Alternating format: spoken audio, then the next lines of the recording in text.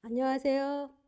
최저임금위원회 민주노총 위원으로 참여하며 총괄 담당하고 있는 부위원장 이미선입니다. 최저임금위원회는 2026년 적용할 최저임금안을 심의하기 위해서 지난 4월 22일 1차 전원회를 시작으로 계속 열리고 있습니다.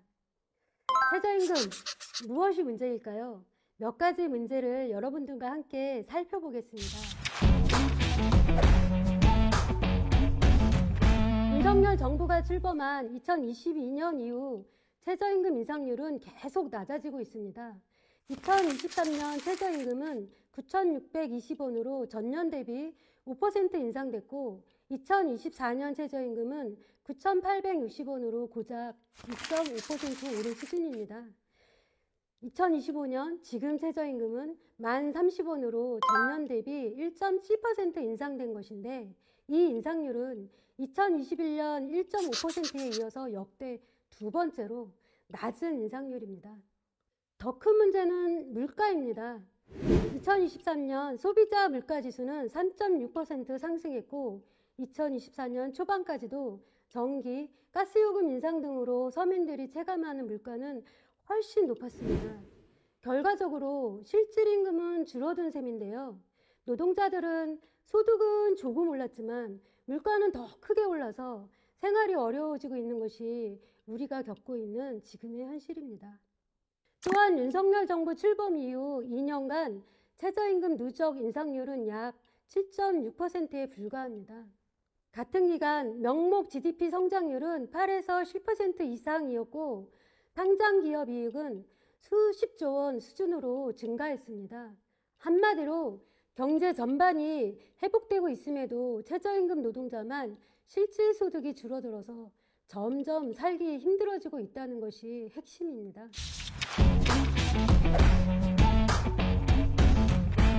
경기가 어려우니 최저임금도 적게 올려야 한다? 이 말은 겉보기엔 그럴듯하지만 사실은 잘못된 것이고 거꾸로 말하고 있습니다. 경기가 어려워질수록 살기 힘든 저임금 노동자의 소득을 보장하는 것이 더 중요합니다. 왜냐하면 한국은 이미 저임금 노동자 비중이 매우 높은 나라이기 때문입니다. OECD 기준으로 전체 임금 노동자의 15에서 18%가 최저임금 수준에서 일하고 있습니다. 월 200만 원 이하를 버는 저임금 노동자는 600만 명을 넘습니다. 특히 20대 청년과 60세 이상 고령층의 약 절반이 저임금 노동자입니다. 이들의 임금을 올려야 소비가 늘고 그래야 자영업자 매출도 늘고 내수 경제가 살아납니다. IMF, ILO, 심지어 한국은행조차 저소득층 소득 확대는 경기 회복에 긍정적이라고 분석하고 있습니다. 임금을 올려야 경기가 살아나는 구조인데 저임금 노동자의 임금을 깎아서 경기를 살릴 수는 없습니다. 또한 경기 침체, 모두가 힘들다 이 말도 맞지 않습니다. 2023년 상장기업 영업이익은 110조 원을 돌파했습니다. 자산 5천억 원 이상 대기업은 5년 새 40% 이상 증가했습니다. 대기업과 재벌은 회복되고 있지만 노동자만 계속 허리띠를 졸라매고 있는 것입니다. 많은 분들이 최저임금이 오르면 자영업자가 더 어려워진다, 가게 문을 닫게 될 거라고 걱정합니다. 하지만 정부와 국책, 연구기관조차 그렇지 않다는 결론을 내렸습니다. 고용노동부 산하 한국노동연구원의 2022년 보고서에 따르면 최저임금 인상은 자영업자의 폐업률에 통계적으로 유의미한 영향을 주지 않는다라고 합니다. 즉, 임금보다 더 큰 영향을 주는 것은 임대료, 플랫폼 수수료, 프랜차이즈, 본사 부담 증가입니다. 예를 들어서 음식점이 폐업하는 이유 1위는 인건비가 아니라 임대료 부담과 매출 부족입니다. 그리고 노동자와 자영업자는 대립하는 관계도 아닙니다. 오히려 경제적 동반자이자 상생할 수 있는 관계이죠. 자영업자들은 경제위기에 12.3 내란으로 지난 몇 개월 동안 매우 힘들었고 폐업이 늘어난 것이 사실이라 매우 안타깝습니다. 그런데 최저임금 논의는 곧 가족 전체 생계에 대한 논의라는 것을 우리는 기억해야 합니다. 한 가구 안에 자영업자, 아르바이트 노동자, 플랫폼 노동자가 함께 있는 경우는 매우 흔한 현실이니까요. 예를 들어서 한 가정에 아버지는 치킨집을 혼자서 운영하는 자영업자로 주말에만 알바를 고용하고 어머니는 쿠팡 플렉스 단기 택배를 일하시거나 625 배달 파트너로 일하시고 대학생 아들은 학교에 다니면서 편의점에서 알바를 합니다. 그리고 고등학생 딸은 주말이나 방학이 되면 카페에 알바를 합니다. 통계청 2023년 비임금 근로자 실태조사에서 1인 자영업자 가구 중에서 약 40% 이상이 배우자 또는 자녀의 추가 소득에 의존하고 있다고 합니다. 플랫폼 노동연대 한겨레 공동조사에 따르면 플랫폼 노동자 중 약 28%가 가족 구성원 중에서 1인 이상이 알바 또는 자영업에 종사한다고 합니다. 2021년 서울연구원 조사에서는 코로나 이후 플랫폼, 자영업, 단기 알바가 한 가정 안에서 공존하는 양상이 증가하고 있음을 알 수 있었습니다. 소상공인 자영업자들은 대기업의 납품 단가 후려치기, 대형마트와의 과잉 경쟁, 배달앱의 35%에 이르는 수수료 구조 등 더 근본적인 문제로부터 고통받고 있는 것입니다.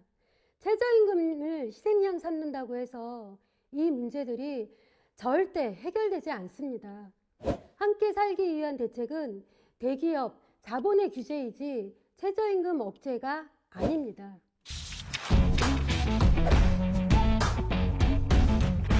특수고용 노동자나 플랫폼 노동자는 겉으론 개인사업자로 분류된 가짜 사장일 뿐입니다. 실제로는 회사 지시대로 일하고 평가받고 해고당하는 오분류된 노동자들입니다. 예를 들어보면 배달 플랫폼 노동자는 배차 수락률과 고객 평점에 따라서 페널티나 차단을 당합니다. 그리고 대리운전 기사도 앱 배차 시스템에 따라서 일감이 생기고 사라집니다. 보험 설계사, 학습지 교사, 택배 기사 등도 대부분 회사의 매뉴얼과 지시에 따릅니다. 하지만 이들은 법적으로는 자영업자로 분류돼서 근로기준법 적용받지 못하고 최저임금조차 보장되지 않습니다. 이런 결과로 2023년 기준 플랫폼 노동자 평균 소득은 월 130만 원 수준에 불과하다고 합니다. 노동시간은 길지만 실제 시급은 5천 원도 안 되는 경우가 많습니다. 한국고용정보원이 2023년 플랫폼 종사자 실태조사 결과를 발표했는데 2023년 배달라이더와 대리기사 등 플랫폼 노동자는 88만 3천 명으로 집계됐고 월 평균 수입은 145만 2천 원으로 전년 대비 12,000원 줄었습니다. 월 평균 근무일수는 14.4일, 하루 노동시간은 6.2시간으로 분석하고 있습니다. 민주노총은 지난 5월 26일 특수고용 플랫폼 노동자의 최저임금법 위반과 관련해서 고용노동부에 진정을 접수했습니다. 학습지 교사, 가정방문 점검 노동자, 배달라이더 등을 조사한 결과 일부 직종은 시급이 8,000원대에 불과해서 2025년 최저임금 1030원에 미달이었습니다. 이동 대기 시간, 차량 유지비와 보험료 등 업무의 필수적인 시간과 비용이 모두 개인 부담이기 때문입니다. 고용 형태가 아닌 실질적인 노동을 기준으로 모든 일하는 사람에게 가짜 사정으로 오분류할 것이 아니라 부정할 수 없는 노동자성을 인정하고 최저임금법의 적용을 확대해야 합니다. 그리고 근로기준법과 최저임금법 등 제도 개선을 통해서 노동법 사각지대를 해소해야 합니다. 일부 경영에는 업종별로 여건이 다 다르니 최저임금도 다르게 적용하자고 주장합니다. 하지만 이 주장은 5가지 문제가 있습니다. 첫 번째는 같은 노동을 하는데 다른 대우를 하면서 차별이 심화됩니다. 예를 들어서 똑같이 청소하거나 음식 서빙하는데 업종 분류만 다르다고 임금이 달라지면 불공정하고 사회적 갈등만 커질 것입니다. 두 번째로 국가가 정하는 최저 기준의 최저임금이 무력화됩니다. 사용자가 편법으로 업종을 바꿔 등록하거나 자회사를 통해서 낮은 업종일 기준으로 적용할 수 있기 때문입니다. 세 번째로는 행정혼란이 커질 것입니다. 약 600개에 달하는 한국표준산업분류회를 기준으로 각각 최저임금을 나눈다면 그 기준을 정하고 관리하는데 막대한 행정비용과 혼란이 발생할 것입니다. 네 번째로 임금을 낮추기 위한 경쟁으로 이어질 것입니다. 업종별로 최저임금을 낮게 설정하면 사용주는 더 낮은 기준을 적용받기 위해서 고의적으로 구조조정을 시도할 수가 있습니다. 이는 결과적으로는 전체 노동자의 임금 수준을 떨어뜨리게 되는 것입니다. 다섯 번째로 무엇보다 중요한 헌법 정신 위배된다는 것입니다. 헌법은 동일가치 노동, 동일임금을 선언하고 있고 최저임금법도 안정적인 생활보장을 목적으로 합니다. 업종별 차등은 이 기본 정신과 정면으로 충돌합니다.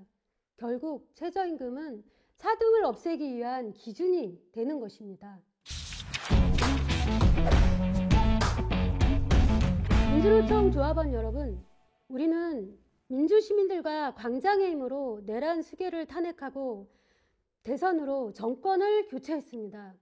최저임금 인상과 제도 개선, 모든 일하는 노동자의 노동기본권 쟁취는 투쟁 없이 이루어지지 않습니다.